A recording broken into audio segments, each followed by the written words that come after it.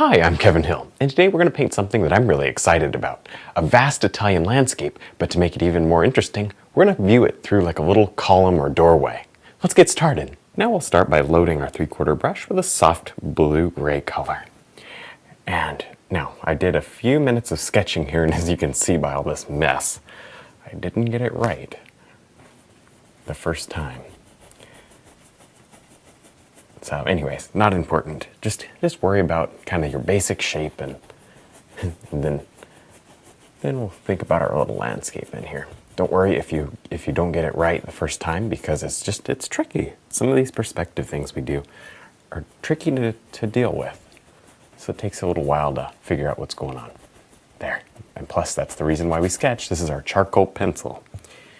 Get it in there and decide if you like it. If you don't, change it. Had it a little too small. There. And this is our little sky. It's going to be stormy today. This area is going to be like a building, and we're looking through. Maybe this is like a city street. Who knows? But I want to look out over this landscape. This is the way to make this painting very interesting. And this is, I have just a little bit of clear gel and white in the middle here. Next, I'll mix together a very soft light green color, and you notice that I'm pulling in a lot of random colors, and that helps to gray my mixes down a little for the background. And now with this, let's go ahead and just work on our little rolling hills back here.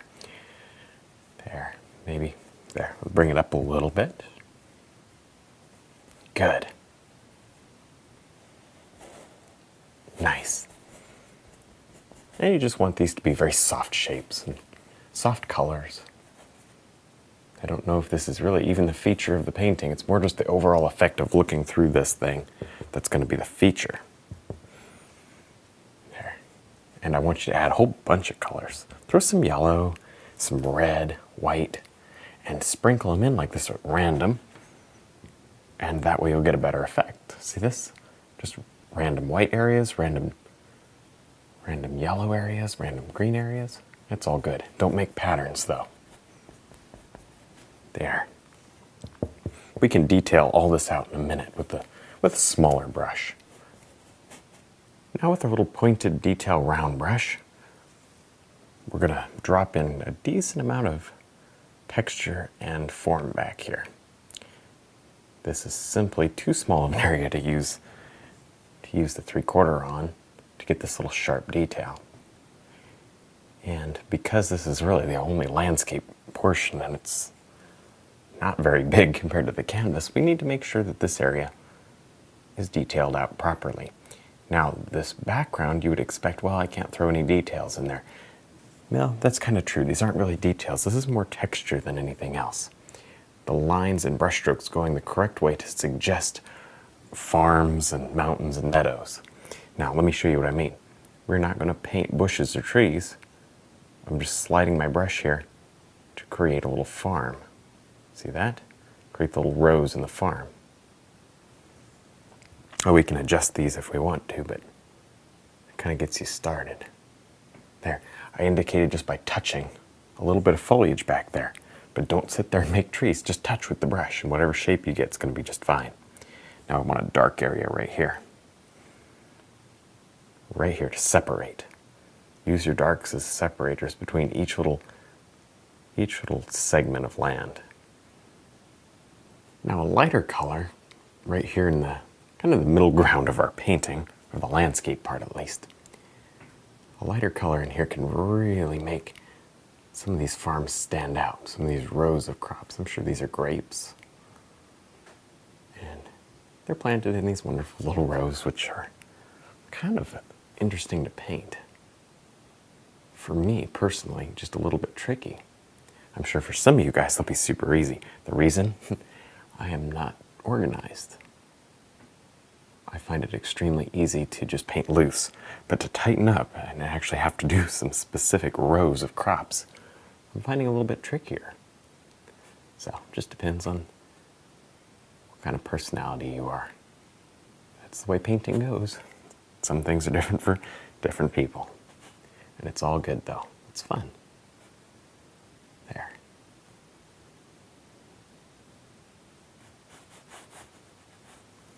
maybe right over here. Get a little bit of yellow out on the brush. Let's do there. Just a little highlight right here. Next, with our filbert brush, we'll just drop in another row of grapes right here.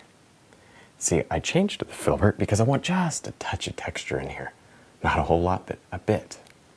Enough to really show that these are getting a little closer. Good. And that's important. If you go and make the whole thing the same texture, it's going to look flat and you're not going to be satisfied. So be careful. Think about where you want your texture. And these are oil paints and they leave behind texture, so use it to your advantage. You don't have to smooth everything out perfectly. There. This is fun. But you know what's really neat? We're almost done with our landscape and we're not even halfway done with the painting. That's so weird, but I love it. I love trying new things with you guys. Next, I'll go ahead and load up our filbert brush with a nice mix of black, brown, and white. There, it's a good dark brown gray color. And we're just going to paint in the rest of our area here, the rest of our canvas. This is going to be a wall. And I guess this is some sort of a city. Maybe this is the entrance to a city, or I don't know. There's got to be a reason for this gate here. There.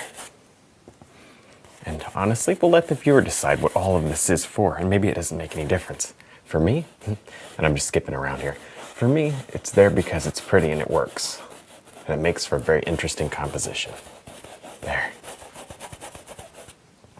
We're going to really work on the stones and stuff in this painting. Lots of stones. The street's going to be stone, and also these walls. So I think you'll just enjoy seeing how those are done. There, just scrub on a very little bit of paint. Too much paint here, and we're going to be in big trouble later. Now with our 3/4 brush, we're going to carefully drop in several stones up here. And this has got to be done pretty quickly. And don't sit here and try to make it perfect or you'll just go crazy. There, it's okay to have small ones because in my mind they can't be too picky. This is probably really old and built with hand tools and all that, so and it's been weathered and stuff, so there's definitely going to be some variation in these stones. There. Fun. And then this is just sort of setting us up. We can actually come back in and cut around each stone with a little dark. We have options. There.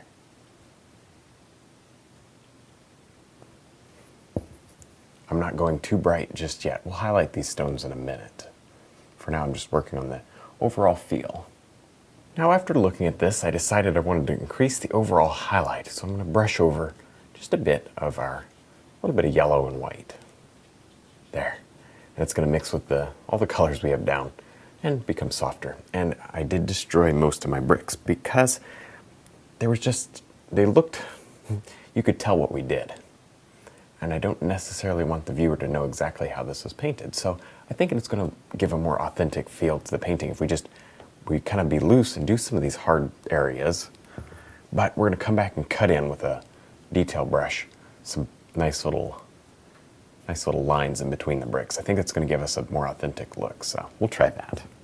There we go. We're all learning as we go along. It's good. Now with our 3/4 brush here, I'm going to just drop in a little bit of the underside of the bricks here at the top. I made some lighter bricks now. Here's some darker shadows coming in to show the angle. There. Now, as you can see here, we don't have this opening dead center of the canvas, right? There's dead center, so there's more of it's on the left. And that's good because it helps to make the painting off balance. Also, so because we have that, we need to realize the perspective is going to be larger here and skinnier here because we're viewing it almost kind of like through in this direction. There. It's subtle. It's not a huge angle, but it's definitely something you have to look at. Otherwise it's not going to feel right at all. There. Now I'm going to quickly drop in a few stones down here. These stones are foreshortened just a bit, meaning that you're not viewing them flat like the wall here, but you're viewing them at an angle. So they're going to be a lot slimmer. You see, I started to go like this, and then I realized, oops, that's not going to work because that's more like a stone. I'm going to give myself a slimmer angle. There. Obviously some are bigger and some are smaller, and all that's all that's good stuff. We can get all that in there. All right. I already brought in a couple of cast shadows, so that's good. Those areas are a little bit more wet than even the original underpainting. So we're gonna have to be careful there that we don't get muddy colors, because obviously the more layers of color we build up, the more difficult it is to paint. Now way back here, I'm just gonna go for an overall effect of light. I'm not really gonna worry about the little pavers back there. I may, however, cut in just a couple of dark lines to indicate, but I certainly will not paint them all. There. Good, good. I like it. Our sunlight's coming across like this, so this wall, which extends out, might cast a shadow, but the sun's up here, and so you really have to use your imagination. That's why we get the light where we have it. So if you don't kind of think about the light, it's just going to drive you nuts, and it probably won't turn out right. So think about the light. Oh yeah, get some color in there too. Why not? We can do that. In a painting see everything's similar? Throw some color. There, why not? Why can't we have some color? It'll look pretty. There. And then go back to your other color and sort of, there. Melt them in. And again, we can kind of be loose about this and cut in little lines, which I think we'll do in just a few minutes.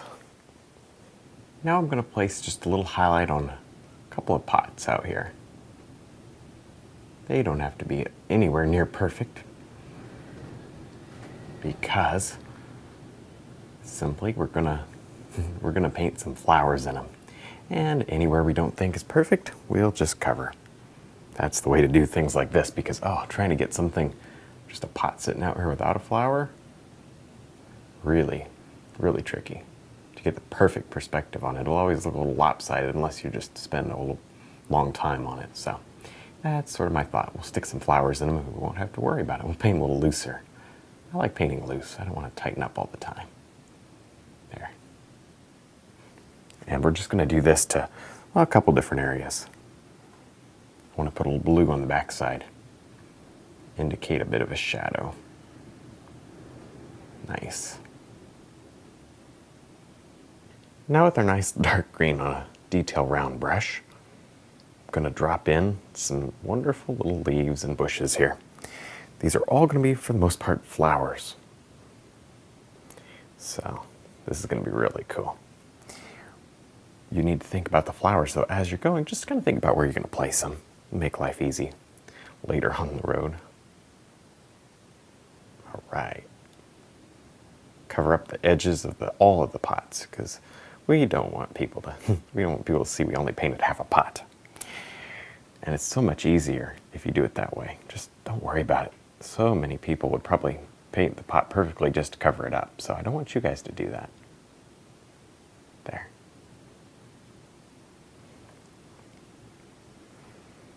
Maybe make this a little taller here. Purposely cover up part of this building. We're gonna have a huge bush, or maybe a flowering tree, I don't know, something growing all the way up here. There.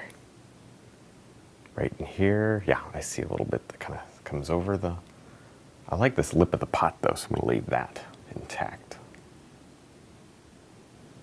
Now with our pointed detail brush, I'm going to drop on here and there the effect of just a couple flowers. Now I don't want them everywhere, and I don't want them all bright, some are going to be dark.